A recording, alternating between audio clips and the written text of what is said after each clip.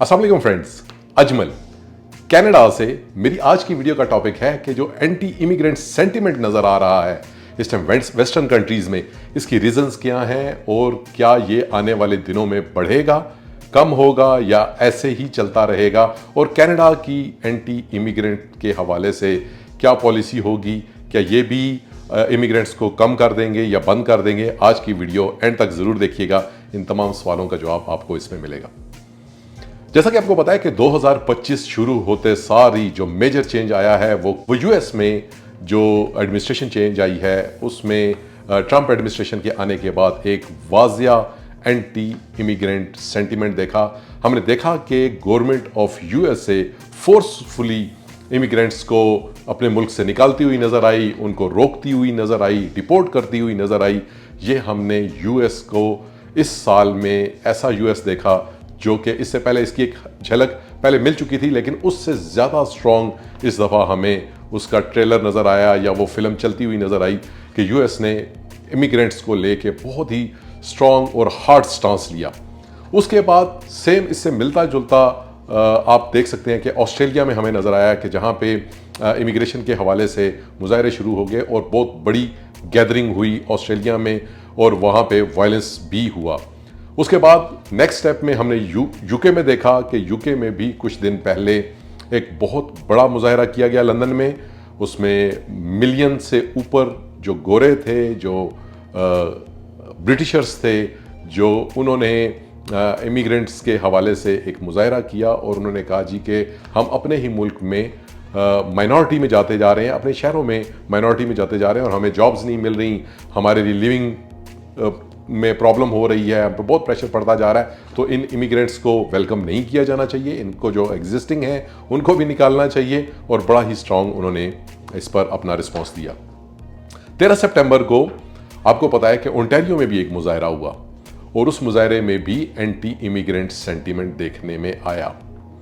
Canada हमेशा से ही immigrants को लेके बड़ा ही पॉजिटिव रहा है, कैनेडियंस बड़े पॉजिटिव हैं।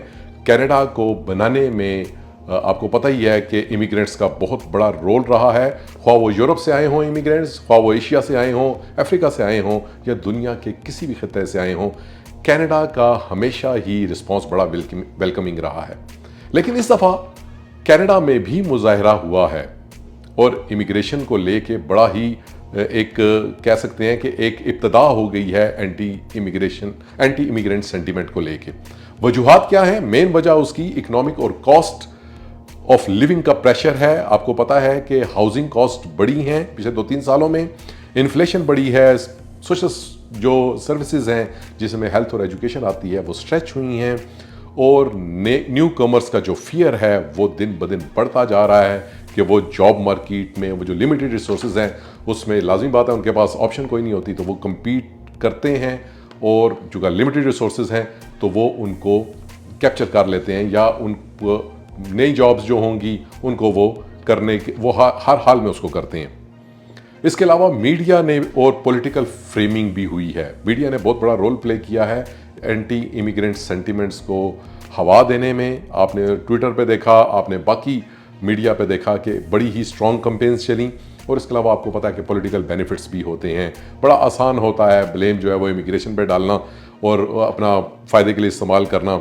और जिस तरीके से इमिग्रेशन डिस्कस हुई, जॉब्स की जो सिचुएशन है वो जिस तरीके से जॉब्स कम हुई और सेफ्टी होगी, नेशनल आइडेंटिटी होगी, इनकी वजह से और नेगेटिव स्टोरीज को हाईलाइट किया गया। तो मीडिया ने बहुत बड़ा रोल प्ले किया इस नेगेटिव सेंटीमेंट को या इस एंटी इमिग्रेंट सेंटीमेंट को हवा देने में।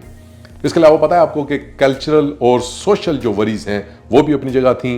ये कि यार कल्चर ना बदल जाए, कहीं इसको कोई और कम्युनिटी जो है वो हाईजैक ना कर ले, ये भी। और इसके अलावा इंटीग्रेशन जहाँ पर नहीं होती या कम होती है वो भी ये चीज़ हाईलाइट होती है और वो भी एक एंटी इमिग्रेंट जो सेंटीमेंट है उसको फ्यूल करती है।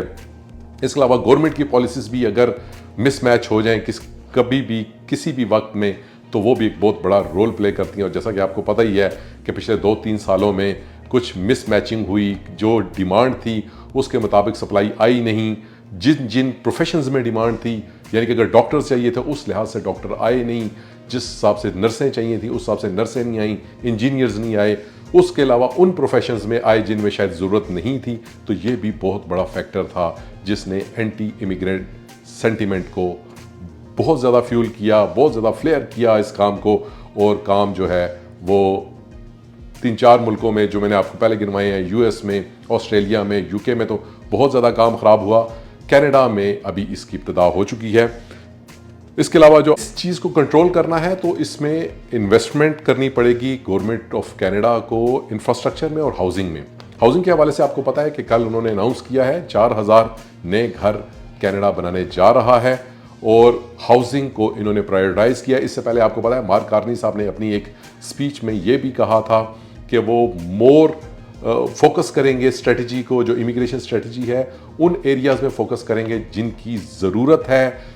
फॉर इंस्टेंस अगर डॉक्टर्स चाहिए तो वो डॉक्टर्स को ज़्यादा लेने की कोशिश करेंगे और उन एरियाज़ को फोकस करेंगे जिनकी कनाडा को ज़रूरत है। उन एरियाज़ को कम फोकस किया जाएगा या नहीं फोकस किया जाएगा जिनकी कनाडा को ज़रूरत नहीं है। उन प्रोफेशंस में लोगों को लेके आया जाएगा जिनकी कनाडा को सबसे ज़्यादा ज़रूरत है। इसके अलावा कनाडा को ऐसे प्रोग्राम्स को भी फोकस करना पड़ेगा जो कि इंटीग्रेशन में उनको हेल्प करें, जो न्यू कमर्स आ रहे हैं, लैंग्वेज में उनको हेल्प करें, जॉब सपोर्ट में हेल्प करें, उनको कल्चरल कनेक्टिविटी डेवलप करें और सक्सेस स्टोरीज़ को मज़ीद कनाडा को हाईलाइट करना पड़ेगा ताकि नेगेटिव जो स्टोरीज़ इमिग्रेंट्स के से रिलेटेड हैं वो कम की जा सकें और जो सक्सेस स्टोरीज़ हैं उनको हाईलाइट किया जा सके। जैसे कनाडा पहले करता होता था कि बेशुमार न्यू इमिग्रेंट्स के हवाले से स्टोरीज आती थी कि जी उन्होंने इस फील्ड में परफॉर्म किया, उन्होंने इस फील्ड में परफॉर्म किया।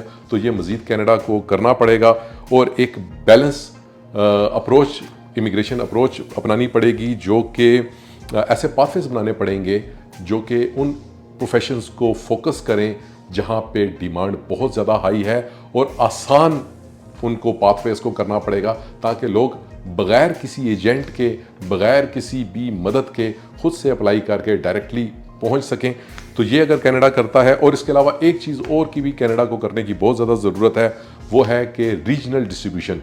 लोग आते हैं तो फिर वही बात आती है कि टोरंटो में वो अपना नशेमन डाल लेते हैं, अपना पड़ाव डाल लेते हैं, या वो क्यूबेक और मॉन्ट्रियल में डाल लेते हैं। तो कनाडा को भी ये करना पड़ेगा जो लेस पॉपुलेटेड एरियाज़ हैं, लेस क्राउडेड एरियाज़ हैं, जहाँ पे लोगों की आबादी कम है, वहाँ पे लोगों को एडजस्ट करने के प्लान बनाए। जिस तरह नॉर्थ वेस्टर्न टेरिटरीज़ हैं, हमारी मैनिटोबा है, सस्कैचुअन है, इवन अल्बर्टा है, यहाँ पर थोड़ा सा, और जो हमारे अटलांटिक प्रोविंसेस हैं वहाँ पर आबादियाँ बहुत कम हैं। आबादी कनाडा के अंदर क्यूबेक में है, यह मेन आबादी जो है वो ओंटारियो में है। यहाँ से लोगों को आहिस्ता आहिस्ता दूसरे प्रोविंसेस में भेजना पड़ेगा, बैलेंस्ड अप्रोच करनी पड़ेगी, तब जो है ये एंटी इमिग्रेंट सेंटीमेंट कम होगा। और इन द लॉन्ग रन अगर कनाडा ये पॉलिसियाँ अपनाता है तो कनाडा के अंदर फिर वही जो वेलकमिंग, इमिग्रेशन के हवाले से वेलकमिंग एटीट्यूड है कैनेडियंस के अंदर, वो एक्सेप्ट करते हैं, वो न्यू इमिग्रेंट्स को पसंद करते थे, वो फिर से करना शुरू हो जाएंगे। तो कैनेडियन गवर्नमेंट को ये पॉलिसीज़ अपनानी पड़ेंगी, तब जाके इन द लॉन्ग रन ये सेंटीमेंट कम होगा और न्यूट्रलाइज हो सकेगा और कैनेडियंस फिर से न्यू कमर्स को एक्सेप्ट करना शुरू कर देंगे। वीडियो अच्छी लगे लाइक करें, शेयर करें।